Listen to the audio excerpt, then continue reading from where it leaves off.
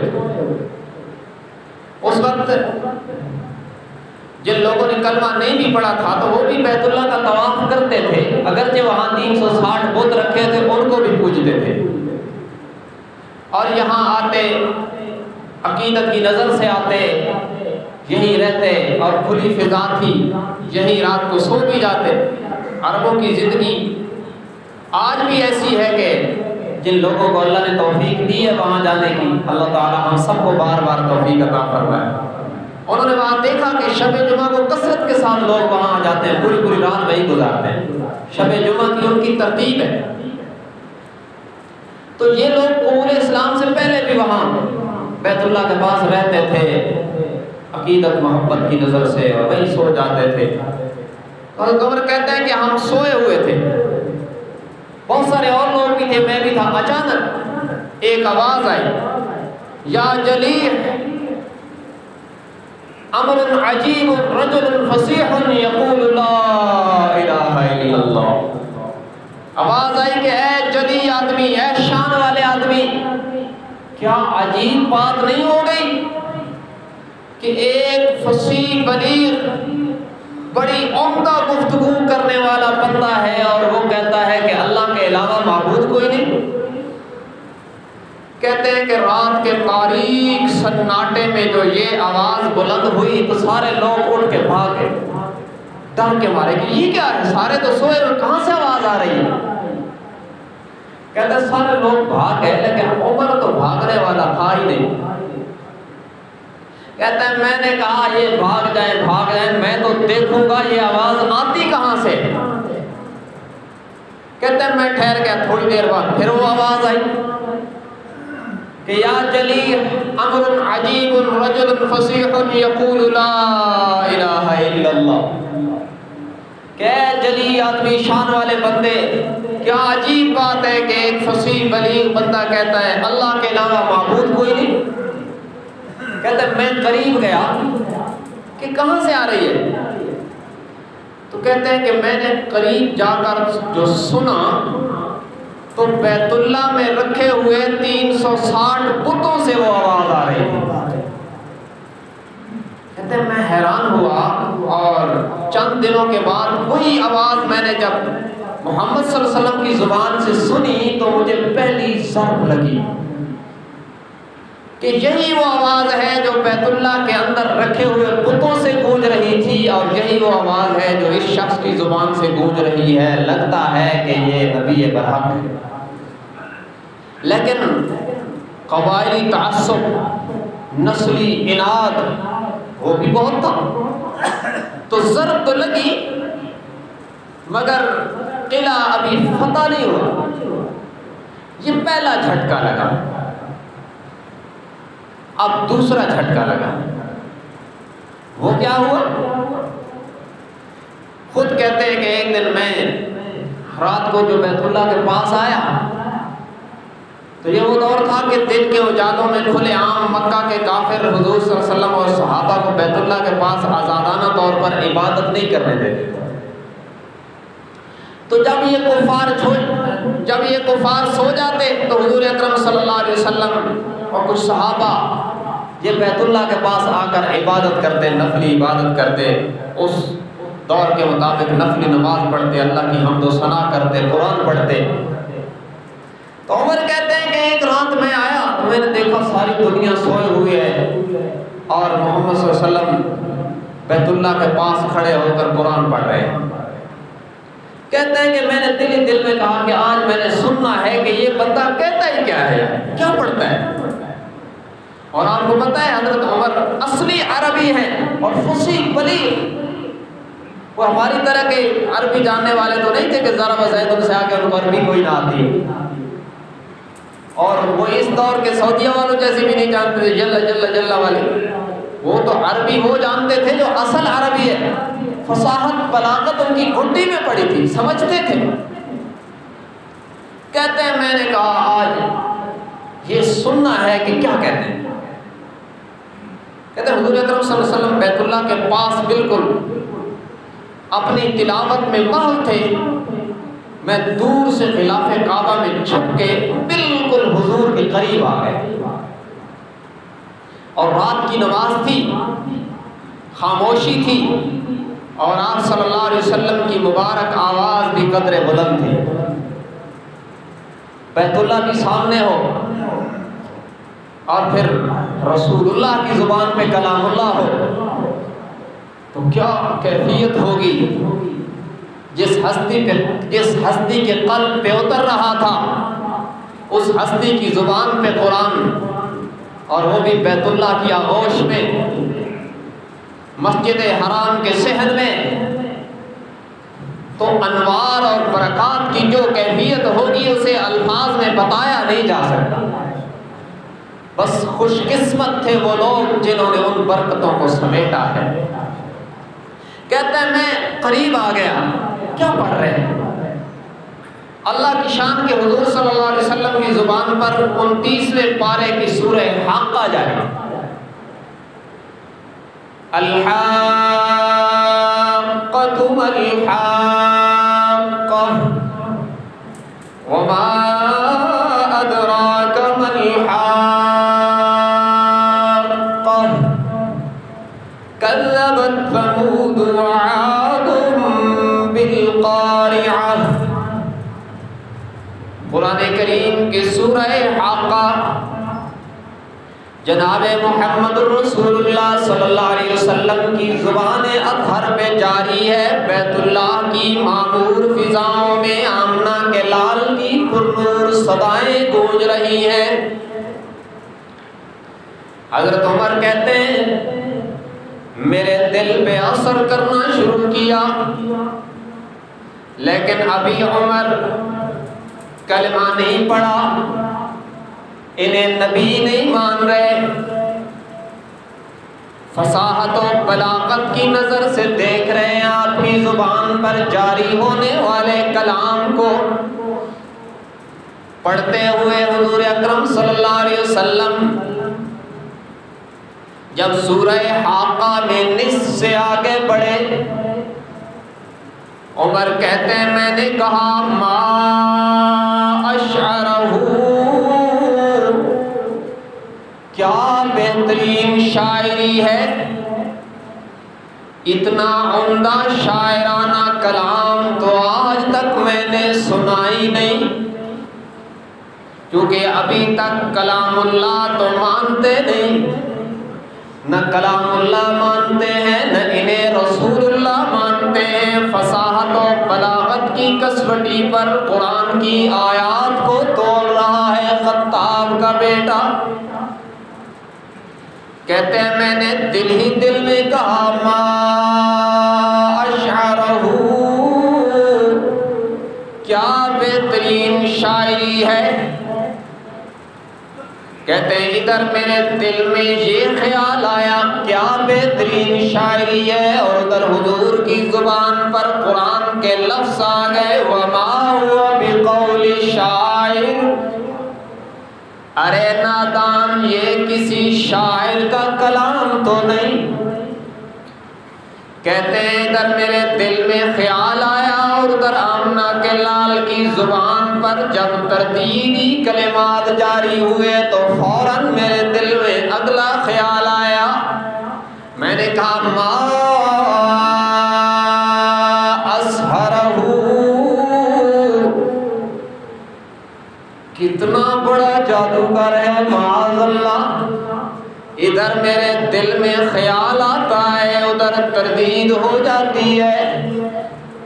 میں نے کہا سوچا کتنا بڑا شاعر ہے، انہوں نے کہا وما هو بقول شاعر، اب کہتے ہیں کمال ہے جادو کی، ادھر دل میں یہ خیال آیا اور ادھر میرے آقا کی زبان پہ قرآن کا اگلا جملہ آیا وما ہوا بقول کاہن، ارے نادان یہ جادوگر کا کلام نہیں، تنزیل تنزیل من رب العالمین،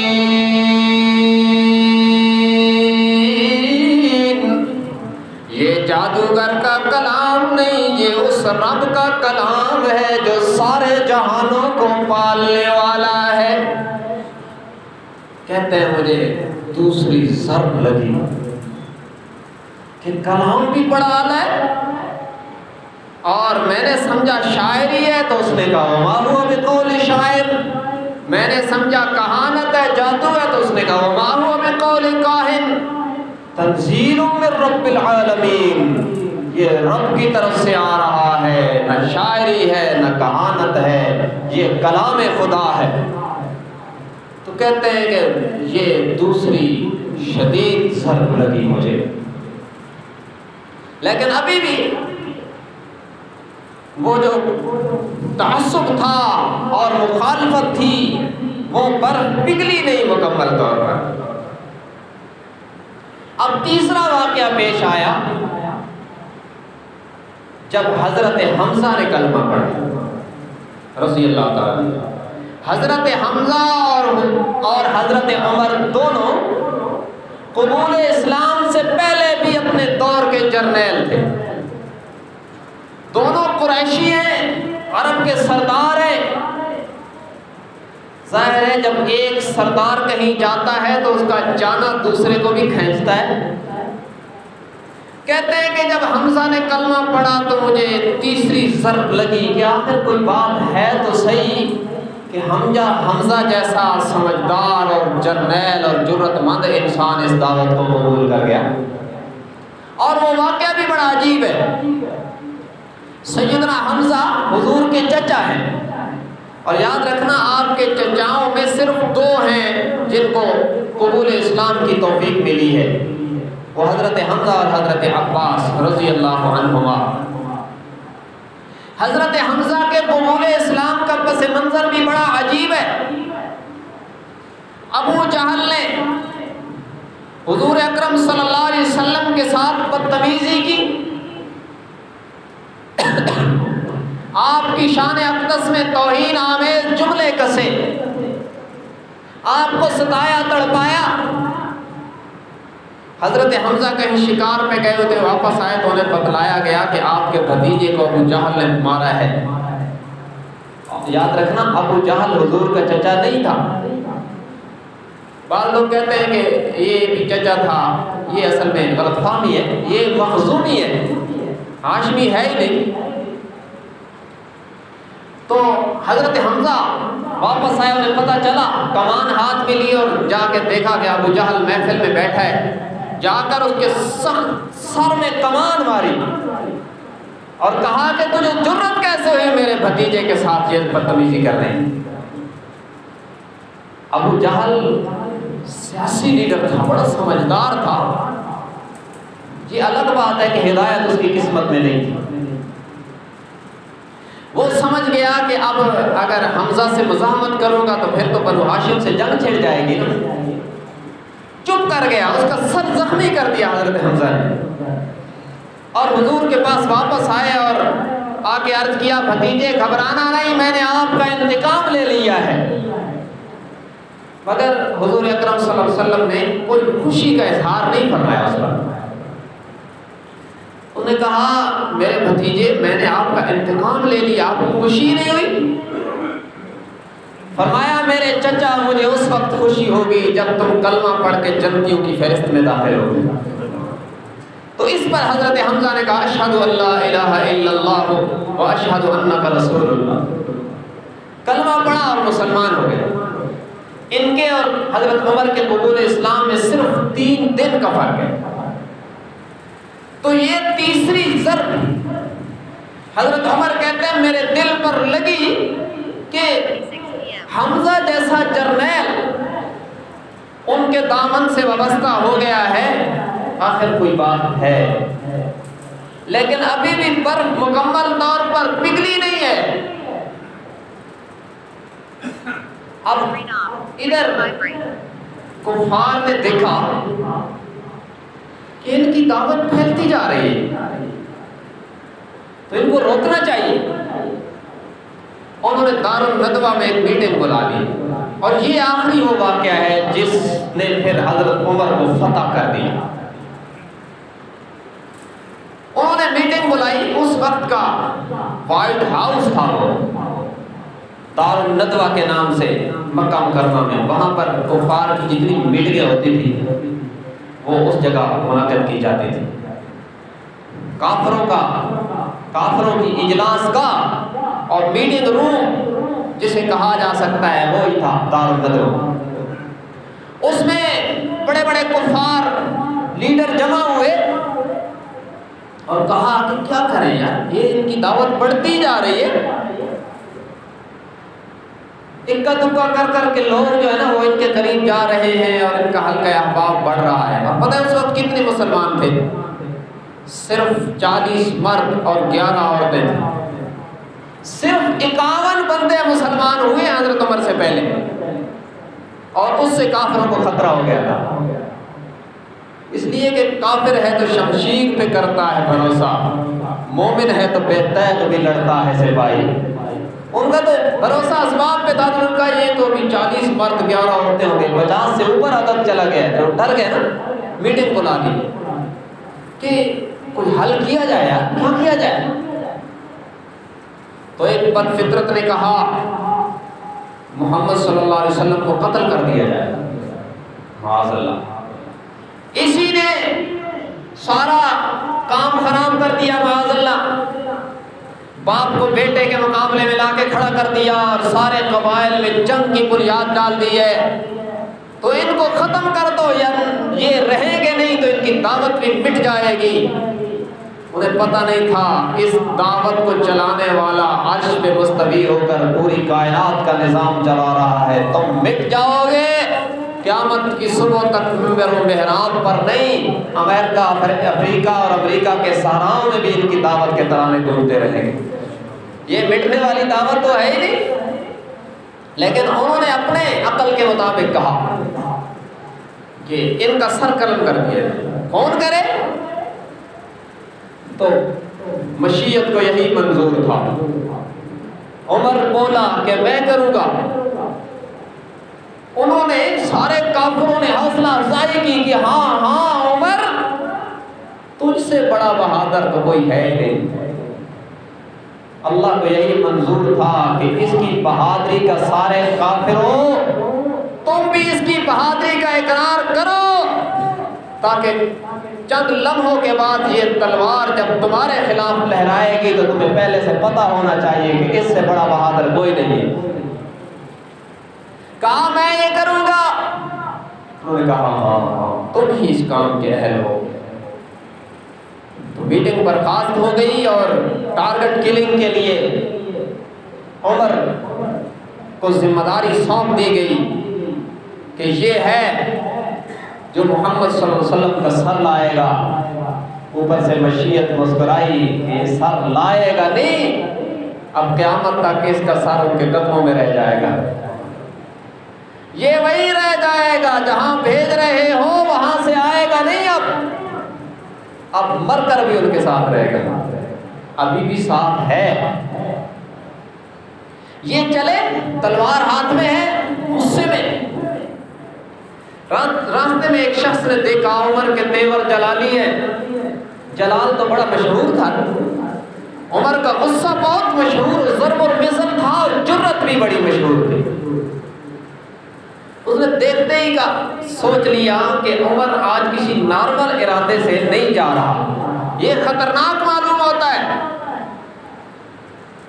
تو اس نے کہا این تذهب یا عمر، عمر کہاں جا رہے ہو؟ کہا اذهب الى محمد اقتلہ،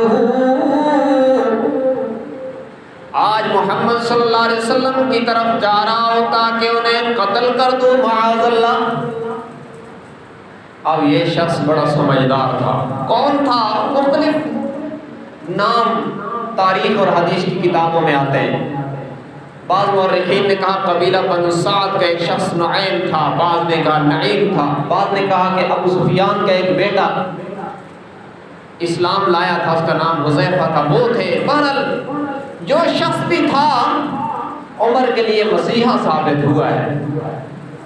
اس نے کہا عمر محمد صلی اللہ علیہ وسلم کی باتیں بعد میں کرنا، اپنے گھر کی تو خبر لو، تیرا بہنوئی حضرت سعید اور تیری بہن فاطمہ بنت خطاب دونوں کلمہ پڑھ کے مسلمان ہو چکے ہیں، تم محمد صلی اللہ علیہ وسلم کی باتیں کرتے ہو، اپنے گھر کی خبر کیوں نہیں لیتے؟ اس شخص کی بات بڑی موقع پر کارگر ثابت ہوئی اور عمر نے حضور کا راستہ چھوڑ دیا اور اپنی بہن کے گھر والا راستہ اختیار کیا۔ یہاں علماء نے لکھا ہے کہ اللہ نے اپنی قدرت سے نظام چلا کر یہ راستہ بدلوایا، اس لیے کہ عمر بارگاہ رسالت میں جا رہا تھا اور غصے میں جا رہا تھا۔ اللہ نے وہ راستہ بدلوا دیا اور بتا دیا عمر بارگاہ رسالت میں غصے کے ساتھ نہیں جایا جاتا، وہ در ہے جہاں ادب اور محبت اور عقیدت سے جایا جاتا ہے، اس لیے راستہ بدلوا دیا۔ عمر کا غصہ اور بڑھ گیا کہ اچھا میری بہن اور وہ کلمہ پڑھے، وہ قبائلی سسٹم جو چل رہا تھا آپ اس کا تصور نہیں کر سکتے، عورتوں کو تو وہ جینے کا حق نہیں دیتے تھے۔ اس پس منظر میں جب عمر کی بہن کے کلمے کا عمر نے سنا تو ان کو آگ لگے کہ میری بہن خطاب کی بیٹی اور وہ محمد کا کلمہ پڑھے، یہ ہو کیسے گیا؟ غصے میں بل کھاتا ہوا عمر اپنے بہنوئی جناب سعید ابن زید کے دروازے پر جو آیا تو سب سے پہلے قرآن کی صداؤں نے عمر کا استقبال کیا۔ یہاں کیا ہو رہا تھا؟ حضرت خباب ابن ارت رضی اللہ تعالیٰ عنہ حضرت عمر کی بہن فاطمہ اور بہنوئی سعید ابن زید کو قرآن پڑھا رہے تھے۔ کیا بہترین زمانہ تھا جب مسلمانوں کے گھروں سے قرآن کی صدائیں بلند ہوتی تھیں۔ مسلمانوں ہم بستی میں چلے گئے، آج ہمارے گھروں سے ہمارے کمروں سے ناپاک اور نجس قسم کی آوازیں باہر سنائی دیتی ہیں، اللہ کا قرآن پڑھنے والا کوئی نہیں۔ کیا بہترین زمانہ تھا جب غصے میں پل کھاتے ہوئے عمر کے کانوں میں سب سے پہلے جو صدا پڑی وہ اللہ کے قرآن کی صدا تھی۔ قرآن کی صداؤں نے عمر کا استقبال کیا اور غصے میں آتے عمر نے دروازے پہ دستک دی۔ اندر سے آواز آئی من دکل باب، کون ہے دروازہ کھٹکھٹانے والا؟ انہوں نے کہا انا عمر بن الخطاب، دروازہ کھولیے، خطاب کا بیٹا عمر تمہارے دروازے پہ آیا ہے۔ ادھر یہ اہتمام ہو رہا ہے اور ادھر کملی والے کے ہاتھ اٹھے ہوئے ہیں۔ جناب محمد رسول اللہ صلی اللہ علیہ وسلم نے اپنا معصوم دامن پھیلا رکھا ہے۔ ترمذی شریف کی روایت، آپ نے رب العالمین سے دعا کی اللہم اعز الاسلام بأحب الرجلین الیک بعمر بن الخطاب او ابی جہل بن حشام۔ الہ العالمین، اسلام کی عزت کے لیے یا تو حشام کا بیٹا عمر ابو جہل عطا فرما یا خطاب کا بیٹا عمر عطا فرما۔ ادھر دعائیں ہو رہی ہیں، اللہ کے نبی کی زبان پر دعاؤں کے ترانے جاری ہیں، اور ادھر اللہ کا غیبی نظام چل رہا ہے۔ دروازہ کھلا، دروازہ کھلتے ہی عمر نے بفر کے اپنے بہنوئی کو مارنا شروع کر دیا۔ بہن فاطمہ سامنے رکاوٹ بنی، اسے بھی مارنا شروع کر دیا۔ کہنے لگے میں انہیں ختم کرنے جا رہا ہوں اور تم میرے گھر سے ان کے حامی کیسے کھڑے ہو گئے ہو؟ جناب خباب ابن عرب رضی اللہ تعالیٰ عنہ کو سائیڈ میں چھپا دیا گیا۔ عمر کے سامنے عمر کا بہنوئی اور عمر کی بہن آئی ہے، بہنوئی پہ ہاتھ اٹھایا، بہن نے بچایا، اس پر بھی تشدد کرنا شروع کیا۔ اتنا زور سے عمر نے بہن کو تھپڑ مارا کہ ایک بار وہ گر پڑی اور گر کر سنبھل کے اٹھی ہے۔ اب نظریں اٹھائی ہیں، عمر کی آنکھوں میں آنکھیں ڈال کر بہن نے کہا، اسے میں اپنے لفظوں میں ترجمہ کرنے لگا ہوں، عمر نے تھپڑ مار کے گرایا کہ ڈر جائے گی۔ وہ سنبھل کے اٹھی اور اپنے بھائی کی آنکھوں میں آنکھیں ڈال کے کہا، جفا جو عشق میں ہوتی ہے وہ جفا ہی نہیں، جفا جو عشق میں ہوتی ہے وہ جفا ہی نہیں، محبت میں گر ستم نہ ہو تو محبت کا مزہ ہی نہیں۔ کہنے لگی میرے بھائی آج کان کھول کے سن لے، جس خطاب کا غیرت مند خون تیری رگوں میں گردش کر رہا ہے، اسی خطاب کا غیرت مند خون میری رگوں میں بھی دوڑ رہا ہے۔ جس ماں کی چھاتی سے چمٹ کے تو نے دودھ پیا ہے، اسی ماں کا غیرت مند دودھ میری رگوں میں بھی ہے۔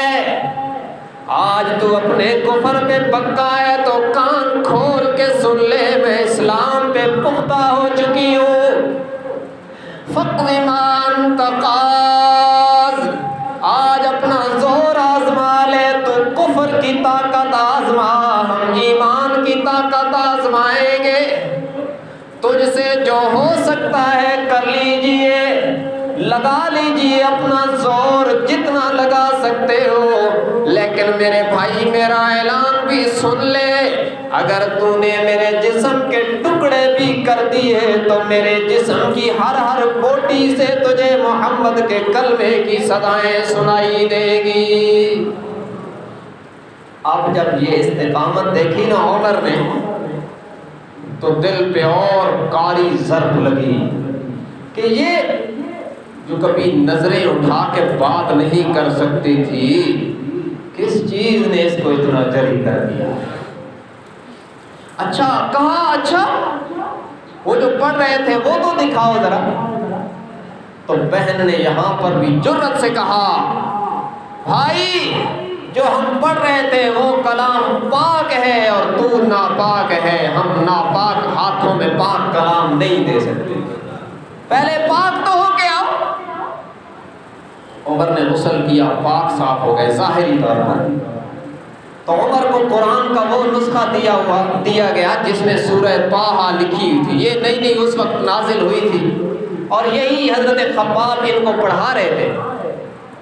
عمر کو جب یہ نسخہ دیا گیا اس کو پڑھنا شروع کیا، طٰہٰ مَا أَنزَلْنَا عَلَيْكَ الْقُرْآنَ لِتَشْقَىٰ إِلَّا تَذْكِرَةً لِمَن يَخْشَىٰ تَنزِيلًا مِّمَّنْ خَلَقَ الْأَرْضَ وَالسَّمَاوَاتِ الْعُلَى الرَّحْمَٰنُ۔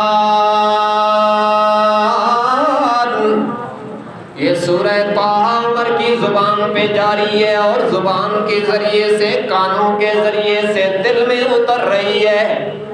بالآخر جب پہنچے اننی انا اللہ لا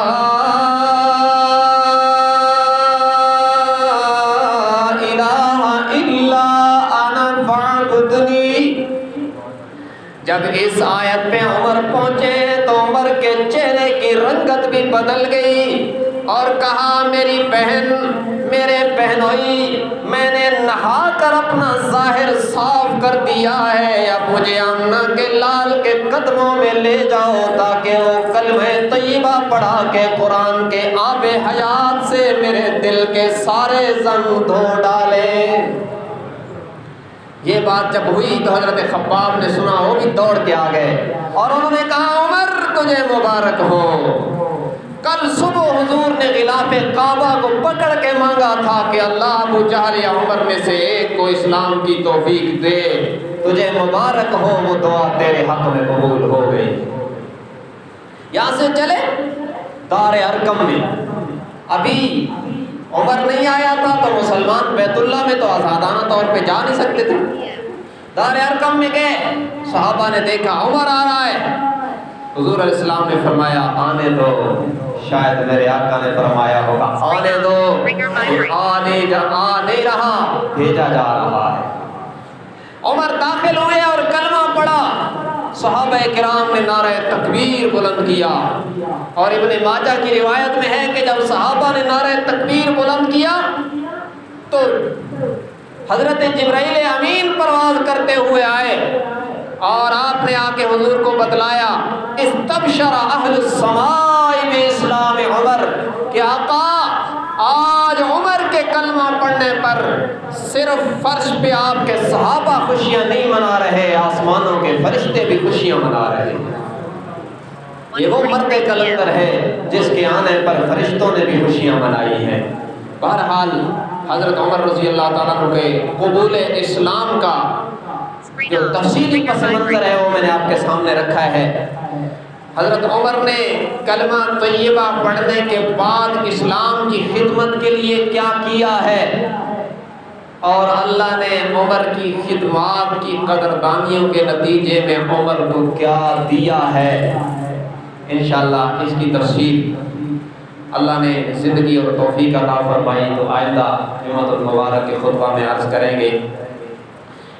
تمام ساتھی خصوصی طور پر دعاؤں کا اہتمام کریں، کورونا کی وبا بڑھ رہی ہے، اللہ تعالیٰ حفاظت فرمائے پوری امت کی، اور خصوصی طور پر یہ بھی دعائیں فرمائیں کہ محرم الحرام کو اللہ تبارک و تعالیٰ امن اور سلامتی کا ذریعہ بنائے، شرپسند جہاں جہاں ملک کا امن تباہ کرنے کی کوشش کریں، اللہ تبارک و تعالیٰ کی سازشوں کو ناکام فرمائے۔ اللہ تبارک و تعالیٰ ہم سب کو قرآن و سنت کی صحیح سمجھ اور اس پر عمل کی توفیق عطا فرمائے۔ وآخر دعوانا الحمد للہ رب العالمین۔